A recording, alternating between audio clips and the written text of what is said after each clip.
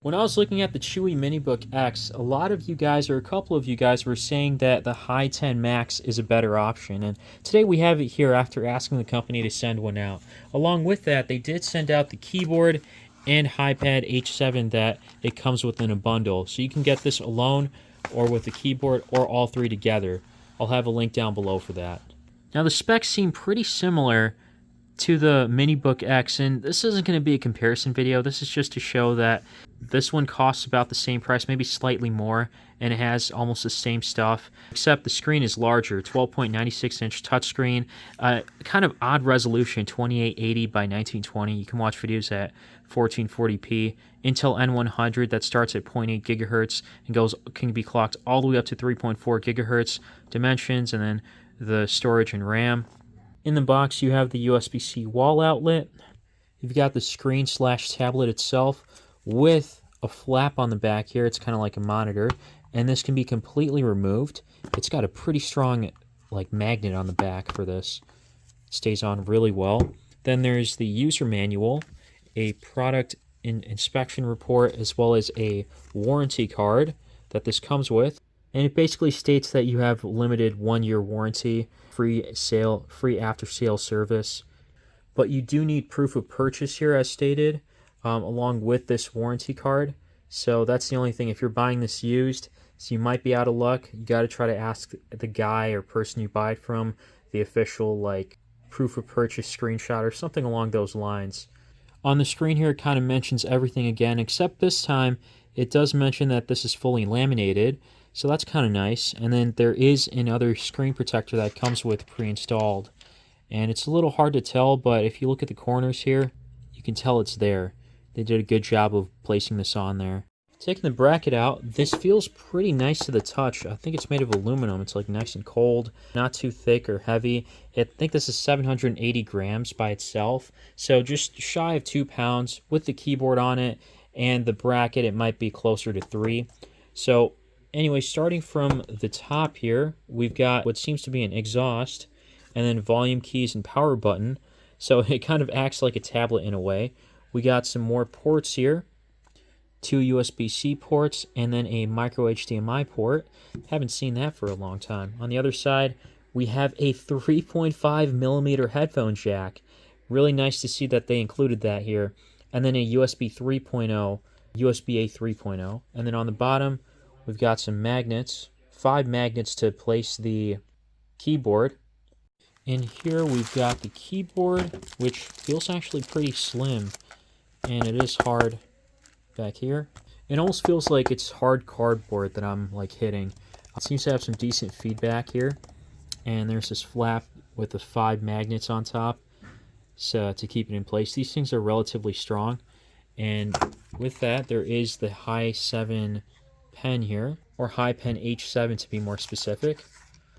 This is what the pen looks like. It said silver on the box, but funny enough, it looks like it's gray. So we'll work with what we can get here. And then in there, there's it seems like 2 pen points or tips, extra tips, or not extra, but just 1 extra and 1 regular. And just like that, I lost the first one, unfortunately. The first tip, I put it on and I was trying to remove it just to show how it gets put on here. But the moment I just took it off, it just I don't know, just went out of place or flew. It just flew basically. Yeah, what the heck. But anyways, this is really easy to put on. You just push it in like so, and now it's in place. Yep. You'll feel that kind of click inside. And then it does feel like a pen where it's this is moving. It's not in one place. And then to take it out, it's recommended if you have nails to pull this out, but I just would not pull this. I just leave it on there. And this is the barrel on the top, or whatever you want to call it. Basically, you can put it on a notepad or something, or even on your pocket. So it's kind of nice to have. But this also is used to open this up to get to the battery. And it actually uses a quadruple A battery. That's right, quadruple A, not triple A. I actually did not know that these existed already until I got this, believe it or not. It's super slim, and it's an Energizer battery. They say it should last 180 days, so it's a long time if that's true. Even if it lasts 80% of that, or even 4 months, I think that's a decent amount of time too. It has an auto sleep function, so that's kind of what preserves the battery life.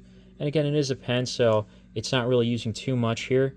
There are two buttons here. This button on top is used to right click on something, so if you hold this and press on it, it should work. Oh, it looks like I didn't properly tighten this. So to right click, you just press down while you're holding the button and it right clicks on it when you're holding this top button. Now the bottom one is more used as an eraser, so if you just hold the bottom button, it'll erase everything on the sticky note, for instance. And if you want to draw something, you can. And if you put a little more pressure on it, it'll be thicker as well.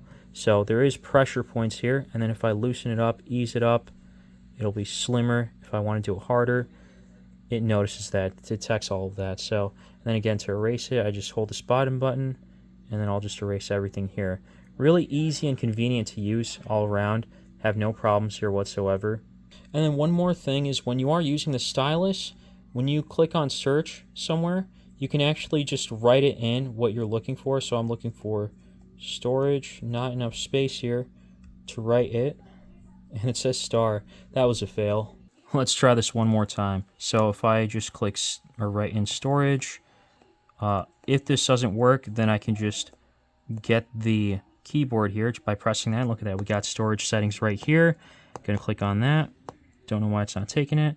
And it shows that we have 444 gigabytes free out of the 512. So really, it's not bad. You're kind of stuck with what you have. You can kind of clean stuff up by deleting all these like pre-installed apps, especially if you don't use Microsoft. Microsoft Edge is going to be the first thing I get rid of, and I'm probably going to use Chrome after that. And then some other stuff here. But yeah, for the most part, you're kind of stuck with whatever you have here. Here's more about the PC. I'm not going to go through everything because we kind of just went through all that. But it does look similar to the HiPen H7 mini book, I should say, the one I checked out beforehand. For drawing or anything like that, you can keep it flat, but it's actually better to have it placed upwards, obviously. So we got the bracket here that can be angled all the way up by 90 degrees, even a little further. There is a crease that gets shown there. So it is pretty versatile in that sense because it's removable completely. And that's what I like about these type of true two-in-ones is the level of versatility you have. Along with that, the keyboard too. And this is really easy to install. It's just like you put it on there and it'll kind of fix itself and just get installed. So now that it's on there, there's actually, it lights up here. It's a little hard to tell with the lights on, but with the lights off, this is great for the nighttime. It's not too bright, doesn't really get in your face too much. And just to clarify, there are 3 modes of brightness: brighter, brightest, and then you can always turn it off as well if need be, just like any other laptop. And as I've said before, this keyboard is like, it's got good feedback. It's also pretty responsive. I've not noticed delays here, just when I'm typing like super fast, faster than I ever would. There's no lag whatsoever. Trackpad is also decent. It's multi-touch, so you can zoom in or out. There is a right and left click button here on this one. And then finally, when you close the laptop with the keyboard, it closes the screen as well. And then take it out, and it's going to turn on again. And one thing I did notice is that it takes a few seconds longer for it to show the lock screen. Whether I'm doing this, opening it up from the keyboard, or if I'm choosing the lock and unlock button here, it just takes a few seconds to show up. So just something to keep in mind. As for the screen itself, the brightness is 300 nits. That's just about the average for what a laptop is, 300 to 400 give or take. So it's nothing too special. The screen itself is really nice, being that odd 3K resolution. I like 2880 by 1920 or 1980. I'll have to double check that resolution. But yeah, what sucks or what stinks is that on Netflix, you can't play at 1440p videos. It's either 1080p or it's going to be 4K. And on here, it actually looks really nice. It's making me think that this is upscaled to 4K, but unfortunately, I can't confirm this because Netflix won't show you what resolution you're on. There's no place that I know of on the app to check it, but take it how you will. The speakers are nice. It doesn't get too loud, but it feels like it's emitting from both sides. One thing's for sure is that they did a great job of kind of hiding the speaker through these holes back here. It kind of emits through. So I think that's really clever what they did here. Even though it doesn't get too loud, it still feels somewhat immersive. So I'll just leave it at that. It's not bad, not too tinny, just okay for watching videos. The speakers, I mean. Watching videos itself is nice, especially when you're on YouTube. You can probably watch at 1440p. Feel good. The side, it's also good. You can watch videos all the way up to 4K on YouTube. Anyways, you can watch videos in 4K on here on YouTube, and pretty much that's it. And hopefully Netflix, because again, it did look pretty good, but it might have just been at 1080p. One thing I do have to point out is battery life here, because I'm looking like, it looks like it's getting worse. It's at 40% right now. It mentions here it has a 4800 milliamp hour battery, and that'll last about 5 hours. I'm guessing that's on screen time, and I can appreciate, it doesn't sound like much, but I respect the honesty there, because some companies or other guys like to stretch this out by saying, oh, it'll last like 9 or 10 hours, when it's really not the case. It's going to be more like half of that. So you know what you're getting here. In terms of performance, this seems to run pretty well. No major issues anywhere whatsoever. The Cinebench score was relatively low. I couldn't even get the single score to finish. I guess it glitched out. So I'm not really going to waste my time too much, because I don't really take these benchmarks too seriously, but to each their own. The multi-core score got a really low score here. It was actually the lowest.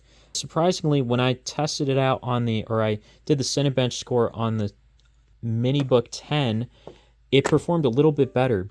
I'm wondering if that's because this has a higher resolution, so it might need more power or drain more power. Either way, I'm not really noticing much lag here. The more important thing is how well are games, or how well do games perform on here. First game here is Roblox, and it seems to run relatively well. I do notice a bit more frame rate drops here and there, but still playable. Just slight frame rate drops, so it doesn't look completely smooth all the time. We're still doing good in a car here. Next game here is Asphalt 8. And this game is pretty well optimized for low-end devices, but I still wanted to kind of check it out to see how it performs. And yeah, there are some stutters here, but it's still running pretty well. Both of these games that were downloaded from the Windows Store. Yeah, it seems like this is also playable. So far, the tablet only feels a little warm to the touch here. It's not really hot or anything, so it's doing a better job of keeping this cool than some other devices. I wanted to try out a simple Steam game here. Maybe this isn't too simple, but Dark Souls 1. And look at that, it's really bad. It does load up and I can move around, but we're barely getting 10 frames on here. So unfortunately, can't really game on here. Just light gaming is okay from what we saw earlier, but you won't be able to play most Steam games. In case if you're wondering, you can use the touchscreen while you're playing a game using this, or your finger, it's up to you. The only downside is, well, maybe it's not really a downside. There is one place to place this at the end of the day, and that's on the side here. It seems to fit there, but it's also kind of worrisome because the magnet's just strong enough to hold it, but if I move it a little bit, it'll fall off. So I wish there was like a dedicated place to put this. Maybe, I guess, if I were to just put it like this. Oh yeah, that kind of solves the problem. So I can carry this around if I was in school or something, like so. One last thing I forgot to show you is the front-facing camera, and it seems to be alright, just a little better than that Acer Aspire 14 that I've seen. Just enough to use for a Skype call, but there is actually a rear camera on the back here. So this is what the rear camera looks like. Nothing special here. Pretty grainy. There's a lot of noise on here. Not really expecting too much, but it's kind of nice to have a rear camera. Now most people won't care about this, but if you're someone who's in school, this is a good option right here. If you're taking notes, you can quickly snapshot a picture of someone's notes, and it picks it up really well. If we go into photos here, you can read all the text here perfectly fine, no issues whatsoever. So that's really the use case scenario for having a rear camera. It's not common, but it's nice to have it. I love and hate this device overall. There's a lot to love. There's one thing that I don't like, and it might even be a deal breaker. What I like is the versatility here. It's an easy to carry around 2-in-1. It's optional to buy these parts like the pen and the keyboard, but the keyboard I'd recommend, highly recommend it actually, if you're getting this, of course. The screen is really nice. It's vibrant, well, not vibrant, but it just looks great to watch videos here. And it's probably a little easier to carry around than some other laptops, but personally it is my favorite with this form factor and everything. What I don't like is the price point. Now, this is going for $380. I think this is all bundled together. If you take this out, it'll knock off maybe $30 or so. I can't remember exactly how much. But it is the holiday season, so I am hoping that this will come down in price. But besides that, if you are on a tighter budget, there is a better option out there. I won't say it's really too much better than this, but it is an alternative. A cheaper alternative here is the Acer Aspire 14. Now this is heavier, a little bulkier, so it's harder to carry around than this one, but it goes for around $250 around the time of this video. It goes even lower if you can find it, but it runs out when it goes under 200 at certain places. It's a touchscreen 14-inch. I've got a full video on this. It's a convertible laptop, so it's not as versatile as this one, but I think it's worth checking out at least, and you can make your own decision. Also, the processor is an i3 12th gen, so that's another reason to check this out. Anyways, guys, I hope you found this video helpful, and stay tuned for more budget alternatives and smartphones and tablets, etc. As always, thanks for watching.